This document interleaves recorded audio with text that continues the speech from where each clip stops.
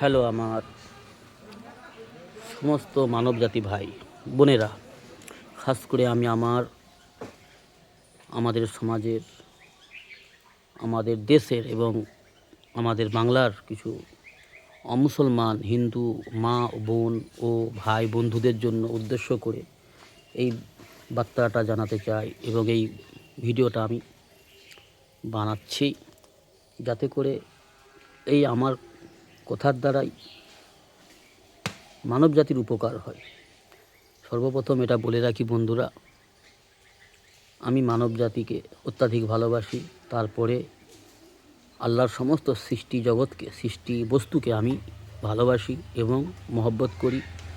আমি চাই না কোনো মানব জাতির ক্ষতি হোক, কোনো মানব জাতির সংসারে ক্ষতি হোক, বা কোনো সৃষ্টি জগতের যে সুন্দর সৃষ্টি জগৎ আল্লাহ সৃষ্টি করেছে, বিভিন্ন জীব জন্তু, সুন্দর সুন্দর পশু পাখি, অকারণে আমার দ্বারাই যেন কারো ক্ষতি না হয়ে যায়, এটাই আমার চিন্তা চেতনা।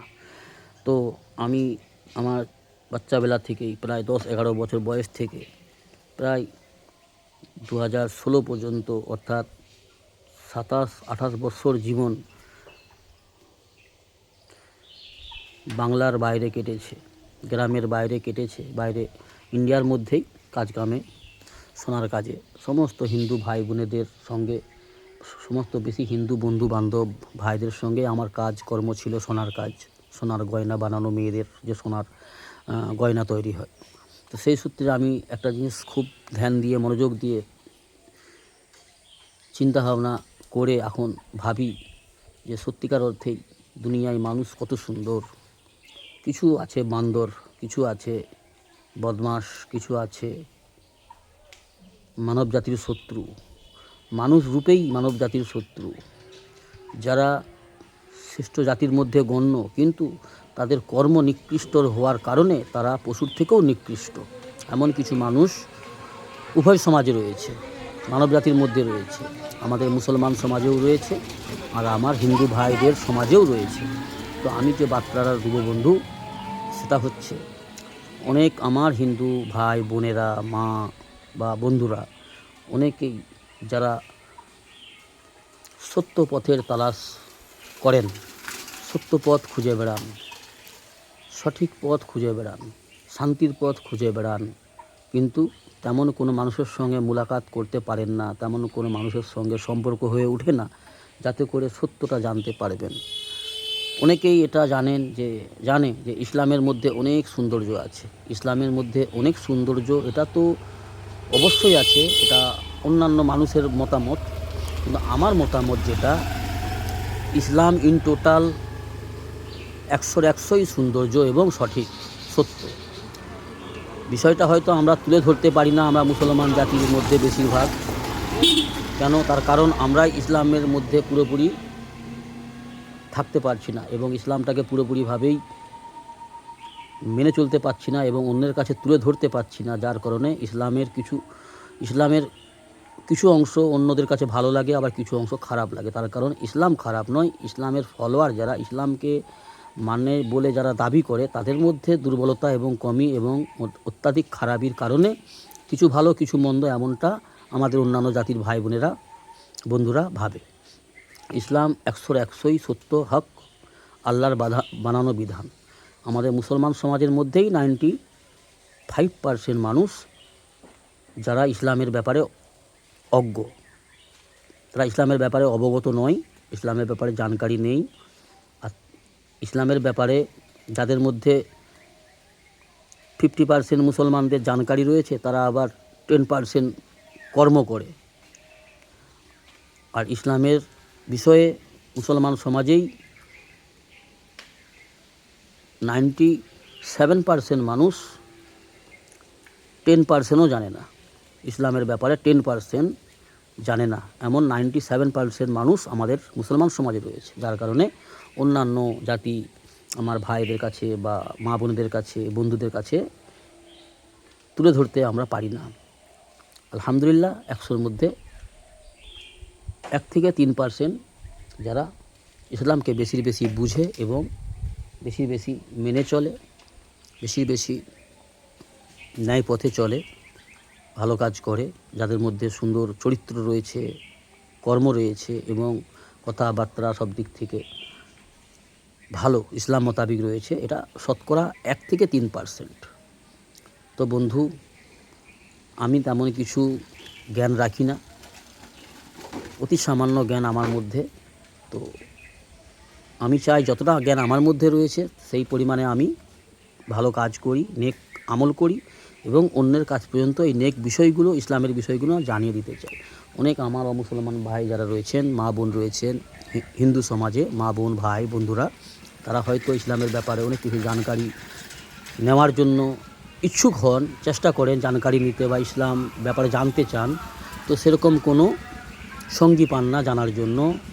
তো তাদের অনুরোধ করে বলবো বন্ধুরা, যদি আপনাদের কোনো কিছু ইসলামের ব্যাপারে, আমার হিন্দু ভাই বোনেদের উদ্দেশ্যে বলছি, যদি ইসলামের ব্যাপারে কোনো বিষয় কিছু জানকারি আপনারা পেতে চান, তাহলে আমি অনুরোধ করব আপনাদের কাছে আমার সঙ্গে যোগাযোগ করতে পারেন আপনারা।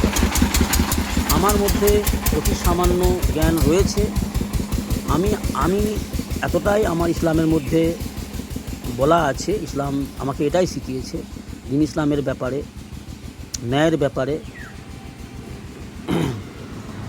জ্ঞান শিক্ষা এলেম অর্জন করো আর সেই অনুপাতে কাজ করো।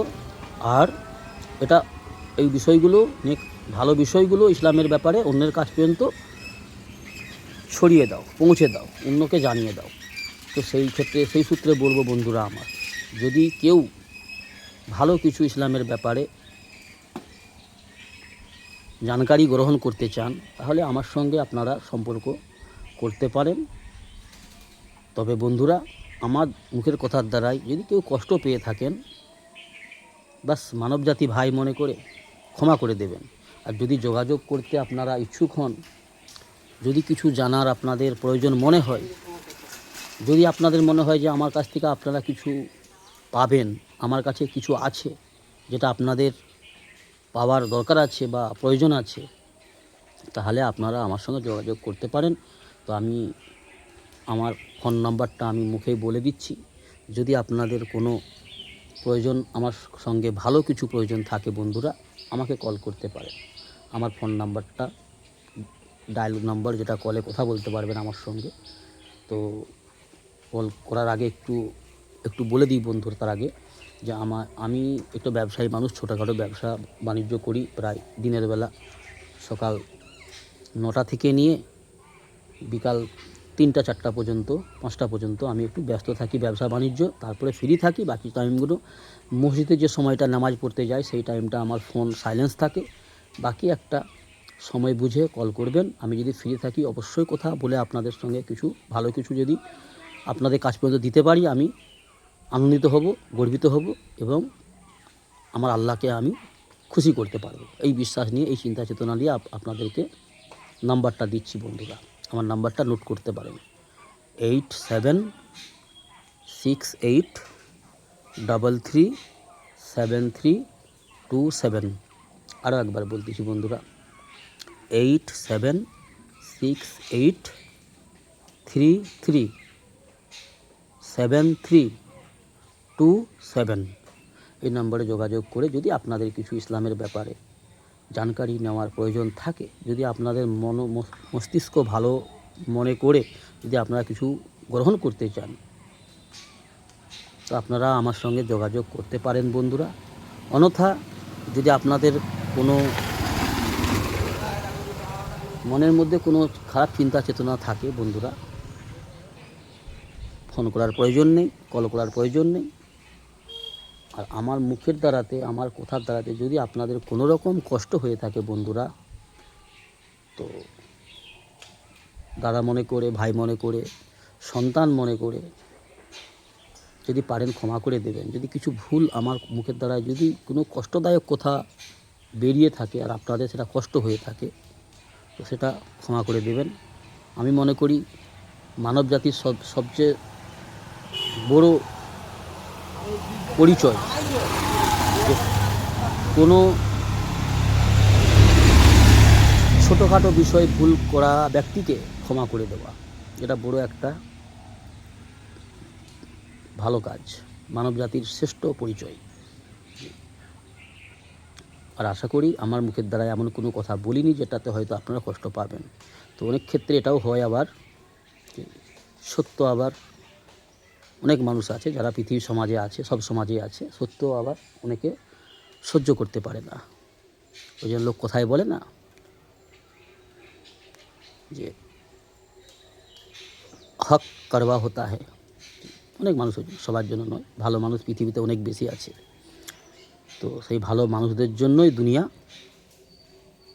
কায়েম রয়েছে এবং টিকে আছে। তো বন্ধুরা আমার, ভালো থাকবেন, সুস্থ থাকবেন, ভালো কিছু চিন্তা ভাবনা করুন, আমার জন্য দোয়া করবেন। আসসালামু আলাইকুম।